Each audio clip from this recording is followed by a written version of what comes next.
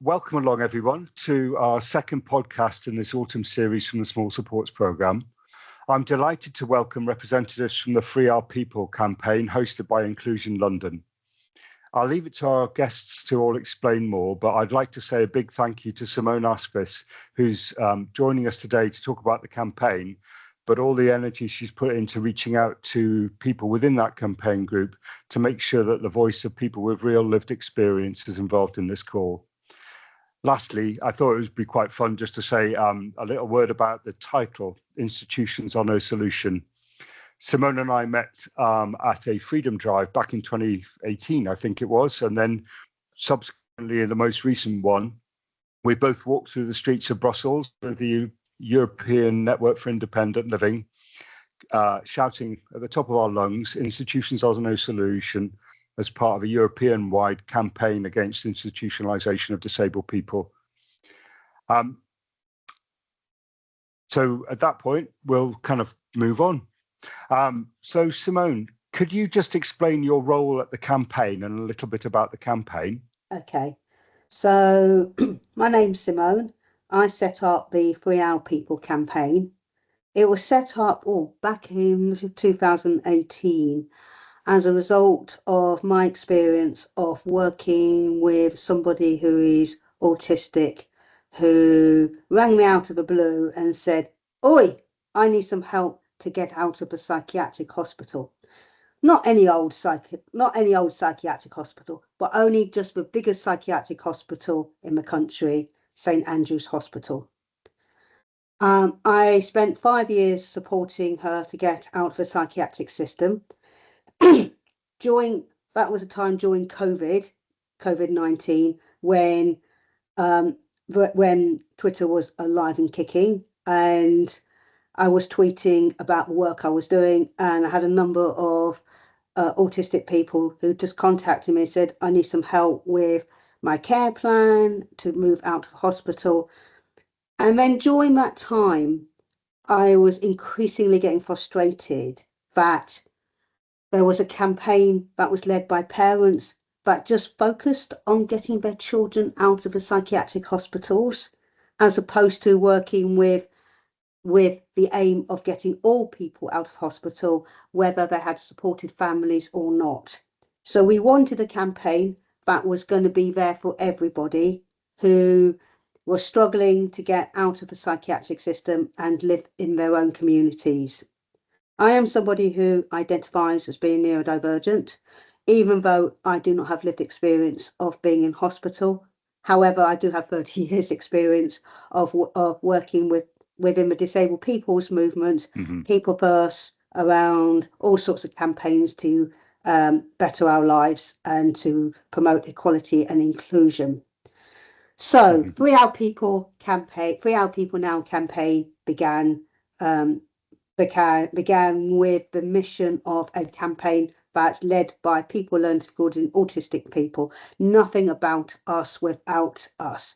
It's clear the reason why services fail, it is because there's no co-production of working with our communities to design services that enable people to have good lives.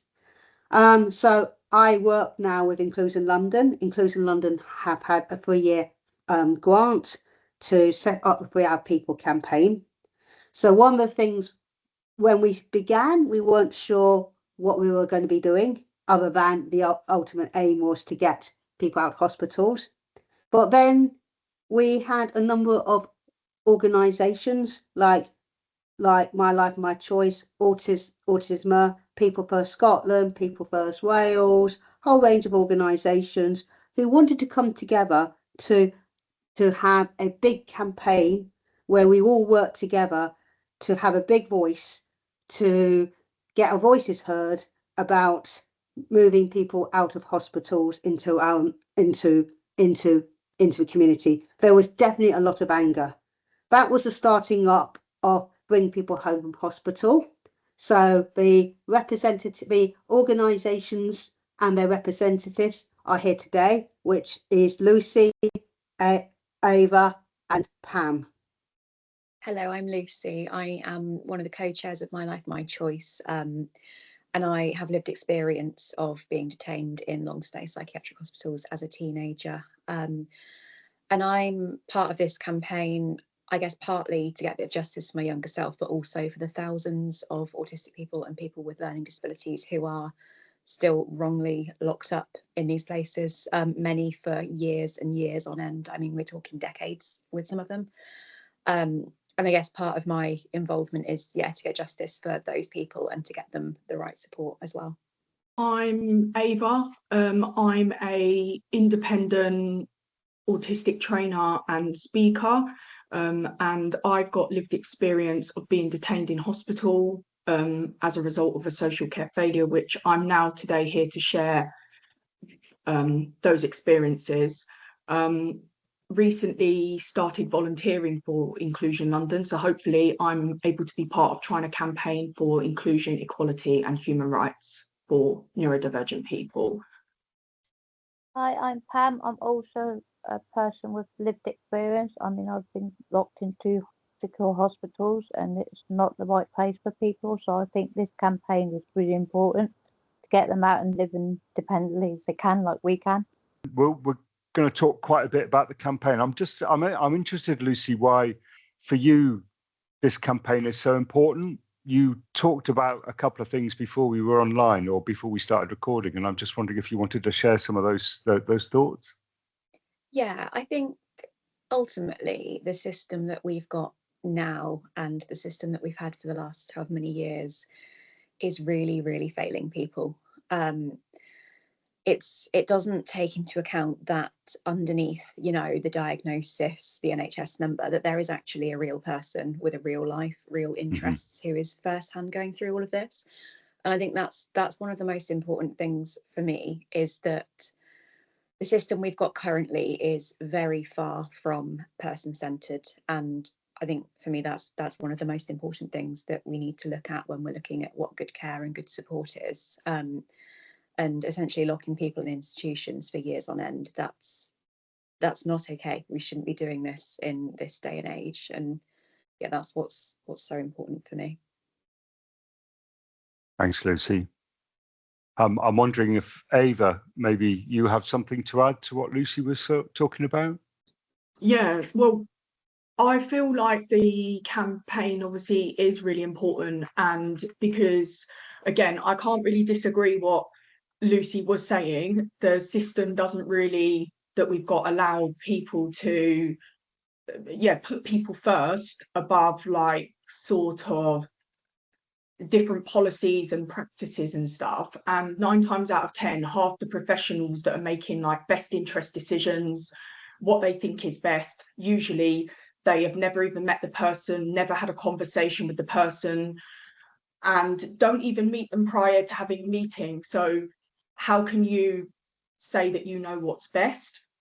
And they don't. And then we've had all these different policies and laws and guidance involved, going all the way back from like the Winterbourne View scandal about how people were treated, the Transforming Care program that got invented, but however has never been enforceable. So we've had all these different things and guidance, and nothing seems to change. So now we need to come forward and try and drive this change. Thanks, Ava. And Pam, when we were coming online, I think Lucy mentioned that you and her had been working together for quite a while, and that there was really good support between you. And I guess something about the campaign also brings people with lived experience together, and you're supporting each other. So you're part of a community of people who are, advocating for and arguing for a much better life for people. Have you got anything that you wanted to share based on that? We have a Don't Lock Us Away campaign also for champions. That's part of one of our campaigns.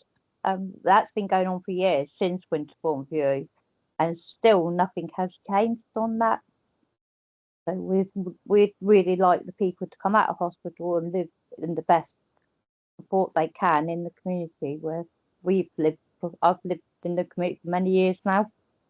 Yes. Which is really great. So I think one of the problems we've got is the government's refusal to see this as one of the biggest human rights scandals that we are currently facing at the moment, that people learning supporting autistic people are the only group of people that can be detained in hospital on the grounds of disability, on just some whim, on whether, you know, on whether your behaviour that relates to your to your autism is proving to be a risk to yourself or to others in the community. You do not need to be involved in crime. It's a perception about, you know, one's, you know, that, you know, whether you're fitting into within the society we live in, which is becoming far less tolerant towards people that do not conform to the social norms. And we really, and as long as we have a mental health law that allows hospital detention, and you do not have community care law that actually gives people an absolute right to the community, to the appropriate community care that they need within the community, then you're always going to end up having people that end up in hospital. And that's a problem we've got. You've got the alternative. Local authorities are okay with not providing very much support or no support or bad support for people learning difficulties and autistic people, because they know as soon as they're detained under the Mental Health Act, then the responsibility goes straight, you know, onto the NHS. Ava, I know you've got some personal experience that you're keen to share, and it probably illustrates a lot of what Simone's talking about at the moment. Simone's talking about the campaign and the big scale. Maybe you want to share your personal experience as a way of really illustrating what that means to you. Yeah, so this is actually quite a recent experience. So last year, I had my support package basically terminated by one social worker that had never had a conversation with me. He reduced my hours from 24 hours to 8 hours without any consultation, or it didn't involve me or any of the professionals involved at the time, completely breaching the Care Act. And then he left me in crisis in the community, where I didn't even know what was happening from one day to the next. And I had to survive, and literally it caused my mental health to deteriorate. I could no longer survive on that. So obviously last year I spent an entire year in hospital, not because I needed hospital care, but because social care failed to support me in the community. Inside, I had no control over my own life. I was over-restrained, pinned to the floor, injected with medication that left me drowsy and disconnected. One night after a forced injection, I don't even remember going to sleep. That helplessness and that feeling of being completely powerless was terrifying. Within my first few weeks, after an autistic meltdown, I was put in seclusion, 4 walls so thick that even my loudest cries went unheard. There was also a time when I was taken to an outpatient appointment while under deprivation of liberty safeguards. 3 men escorted me. They searched all my bags as if I was carrying weapons, even though there was no evidence in my history that I'd ever done that. No privacy, no dignity. When I became distressed, they pinned me to the floor and even threatened to strap me to a chair that I couldn't move or speak. And the damage from that still haunts me today. Even now, 9 months after being discharged, the trauma lingers. The thought that professionals can abuse their power like that is something I can never fully get over. As an autistic person, I wasn't seen as someone with specific needs. I was treated as a problem to manage, a maniac to control. And I kept asking myself constantly, will I ever get out, or is this how I'm going to survive forever? Because the statistics are incredibly high in the UK of people being detained when they shouldn't be detained. A violation of our human rights should never be acceptable, and you wouldn't do this to a criminal, so why punish those who need support the most? No one should be penalised for being different. And what I went through wasn't care, it was containment. Mm-hmm. The system needs reform, real reform. Change that actually is going to have a positive impact on people like me. Support is supposed to help someone thrive, not to break them down. We deserve dignity, we deserve safety, and we deserve the chance to truly live, not just survive. Being subjected to that treatment felt utterly dehumanizing. And it's not just about me, it's a system that is failing autistic people and those with learning disabilities again and again. And the professionals responsible need to be held accountable. That's why I'm speaking out, because silence only protects the system. So I won't stay silent anymore. Thanks, Ava. I mean, first thing, much respect to the strength that you found to share your story. I think it brings to life more than anything else can exactly why this campaign that you guys are all part of is so important. And I think the most important thing is that all of us try and give yourselves, as a campaign, the chance to speak out loudly and for people to be heard. I'm sure Lucy and Pam, if you shared your stories, they may well share much that Ava's been explaining. And it's always really difficult to hear because you're hearing from real people about their real experiences of what has happened to them. And I can't imagine the trauma that it leaves with you. So much respect for that, Ava. I think it kind of, I guess it bridges us to the other part of the conversation, which is that's a picture of really poor support at a time of crisis, decisions that aren't involving you, and the repercussions of that.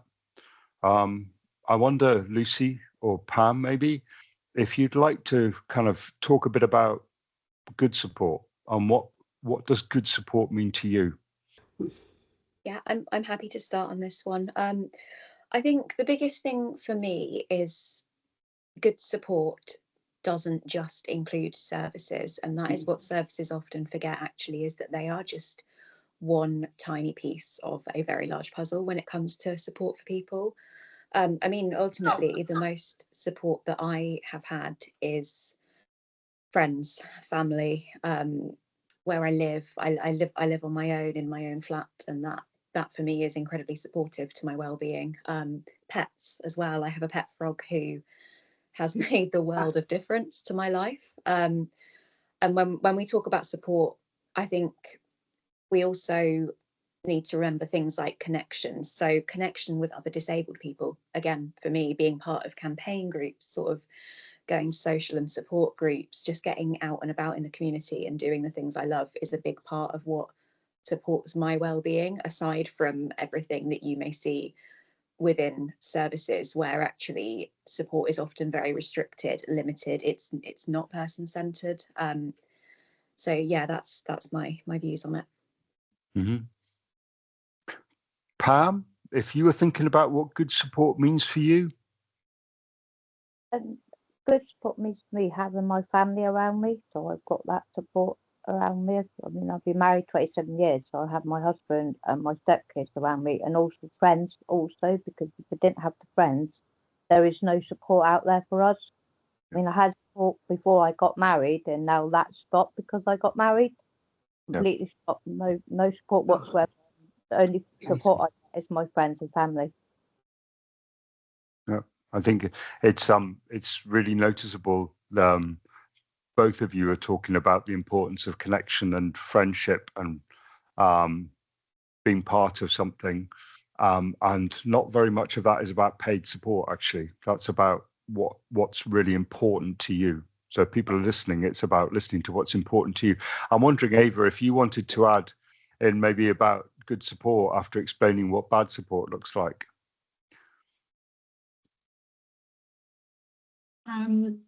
Yeah, so basically what good support I would say looks like, and I've got quite a few different examples of it. So since leaving hospital, being with my chosen support provider has been a huge relief. Yeah. I love their values. they are truly unique compared to anywhere I've ever encountered. But what's really special is how bespoke my support is from the specific organisation. My support team is entirely built around me. They ask what my ideal support worker would look like, and then they find people who match, even looking for shared interests and compatible personalities. It's not about forcing me into a pre-existing system or model. It's about creating something around me. I've got really amazing relationships with the directors of the provider. Their model is built on relationships, connection, and compassion. Really good. They don't just recruit anybody, they build the support team with me. And for the first time in my life, I feel truly seen for who I am. This is what person-centered support looks like in practice. It's not about policy on paper, it's bespoke, relational, and empowering. And it shows that when support is humanistic and built around the individual, people don't just survive, they thrive. Yeah, totally. Thank you, Ava. I couldn't have put that better myself. Simone, I guess you're kind of the coordinator for the campaign. Can you just say a bit about, I mean, you mentioned it to begin with, but a little bit about how important it is that it's a disabled people's campaign led by disabled people for disabled people? Yeah. So, obviously throughout history has always told us that it's the people who are most affected by the campaigns that lead the campaigns are the ones that are ones who are going to make significant changes. So we can look to campaigns that are led by the LGBTQI communities, Black people, women, women's struggles, and you can see that legislation and policy, whilst far from perfect, has only been brought about by people who have been most affected by the lack of it. And this clearly happened right up to the 1990s. So I've been involved in disabled people's campaign work really since back in the day when we didn't have any anti-discrimination legislation. And to this day, I do not believe for 1 minute we would have Disability Discrimination Act legislation, anti-discrimination legislation, the UNCRPD, the UN Convention Rights of Persons with Disabilities on the agenda without disabled people taking the lead on this campaign. And it's exactly the same thing around getting people out of hospitals, really bringing home the complete scandal that are thousands of people who are locked up in hospital and thousands of people who are at risk of being detained. We mustn't forget that this is not just about, this is just about a few thousand people who are locked up in hospital, but it's also that increasingly the fear that a lot of people with learning difficulties and autistic people have in being detained in the first place, and the impact that will have. Yeah, I think I hear you so much, Simone. I mean, certainly I link quite often with children's services, and my worries are that we think about the people who are in hospital at the moment, but my worry is that there's no thought being given to young people who are getting caught up in the system before they're 18. Lucy, do you want to add to that? Yeah, I'd like to, if that's okay. I mean, I think the important thing about disabled people leading these campaigns is that, you can do all the degrees in the world, read all the textbooks in the world, but unless you are disabled yourself, you're not going to know exactly what it's like to be us. And we have spent years and years, I'm talking hundreds of years, being spoken over, being spoken about, not being involved in discussions and decisions about us and our lives. And I think it's time for us to actually take back that control, because we are the ones that know what it's like. We're the ones that are going through this. So, our voices should actually be at the forefront of that. Rock on. Yeah, totally. I totally agree. I wonder, Pam or Ava, if you have any final thoughts for those people who are listening at the moment. Yeah, I would say I can't really disagree less.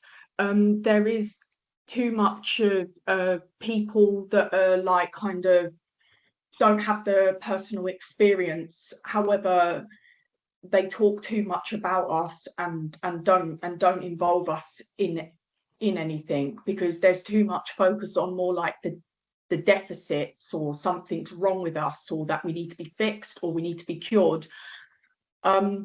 So there isn't that like level of inclusion that there should be. But this boils down all the way from like research.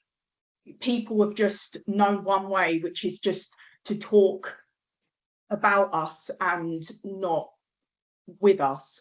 In my training, obviously, I focus a lot on co-production, which is about delivering the training alongside somebody with lived experience, because I can't even disagree less. Nobody is going to know us better than we know ourselves. So yeah, and then obviously that is what mainly needs to change, is how people sort of involve us and deliver that support in conjunction with us and not to us.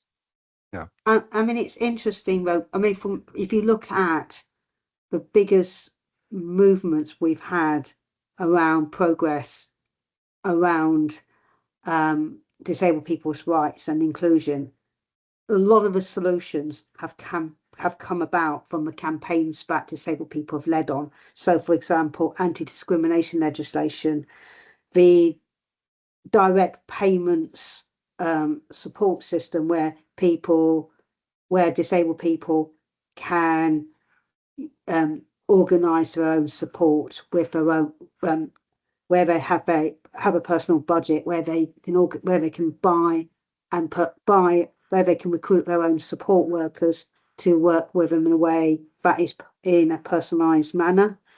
When we look at advancements around inclusive education, access to work, they all come from the solutions put forward by disabled people, which is one of the big things. And I think what's happened is we went through a period where there was more co-production, i.e. around working with disabled people to devise solutions to the problems to some of the challenges that we face.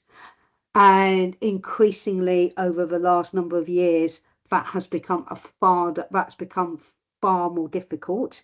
And if we would say, well, learning from our experience, that if any government is genuinely wanting to move people out of hospitals and eventually to shut them down in terms of the psychiatric hospital systems, if the government are genuinely looking to try and transform the hospital system and move people out of hospital and stop people from going to hospital in the first place, then there needs to be a commitment to co-production.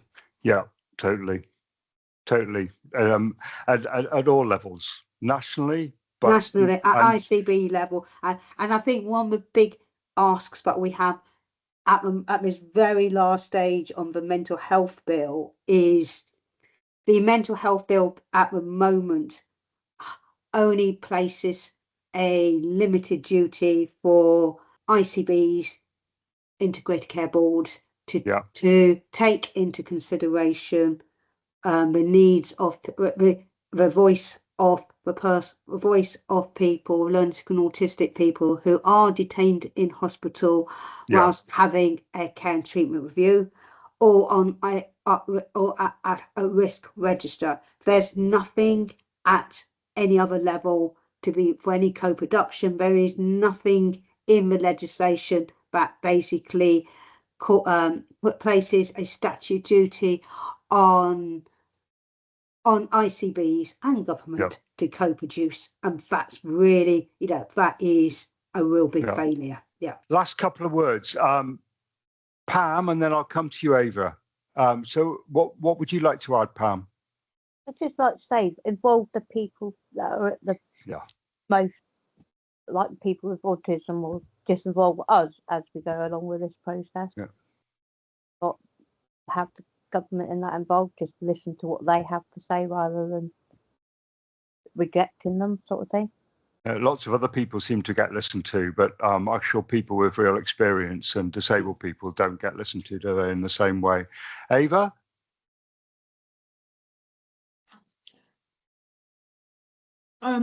Yeah, so like just in general, like a couple of things that could sort of be better, and there's some examples, and then I'm just going to make a final statement on the mental health bill. So Please. I've found out, obviously, even though we've got really good provider now, there are still some things I'm working on and goals that I'm aiming for, but mainly focusing on developing a reliable support team who are loyal, consistent, and who really understand me. I'd obviously, it'd be good that I'd have more when I have the opportunity to have more consistency in my day-to-day life, and spend my days thriving, doing things that help me reach my full potential, not just surviving from one moment to the next. But support isn't just about being safe and managing challenges. It's also about creating a life that's meaningful, empowering, and full of opportunities. And that's what we're building towards step by step. People who truly see me and work with me to make it happen. Thank you. I guess I think we could probably talk a lot longer. I'd be really interested in finding out more about the solutions that you have as individuals, but I think all of them come together, and people are talking about co-production, and I work a lot with a couple of very strong self-advocates who are part of our team at the Small Supports Group. And for them, the most important thing is that people are involved in their own lives, or people are involved in all the decisions and all the discussions, and they lead the way that support is delivered. So it's not just about co-production at all the kind of different levels. The most important thing really is that individuals have a voice. Well, not just a voice, but it's always reminded that it's about their lives. As I say, I think there's a big conversation that we need to keep going. I hope that this is a beginning of that. Simone, we'll make sure that we launch and we share all the information about the Free Our People campaign. And I'm mindful of that because we set up the network so nobody feels aligned to an you know what I mean? So all the individual campaigns can be equally respected. And I'm very mindful of that, because that's what people have come here to represent, to bring people home. Because we had a long conversation with her at the beginning. Do we want to broaden out? So we created an independent identity just so that everybody felt that their own local identities, organisations can be truly represented. So just want to be mindful of respecting that. Continue. Free Our People campaign set up for Bring People Home from Hospital. So institutions are no solution. I think the last thing I would like to say is Stephen Kinnock did admit at the dispatch box, said that anything that happening from a mental health bill or act and will not be successful unless people learn difficulties and autistic people are involved throughout the whole, throughout thereafter, in terms of co-production and being engaged. We would welcome that commitment to put in practice. Thanks, Simone.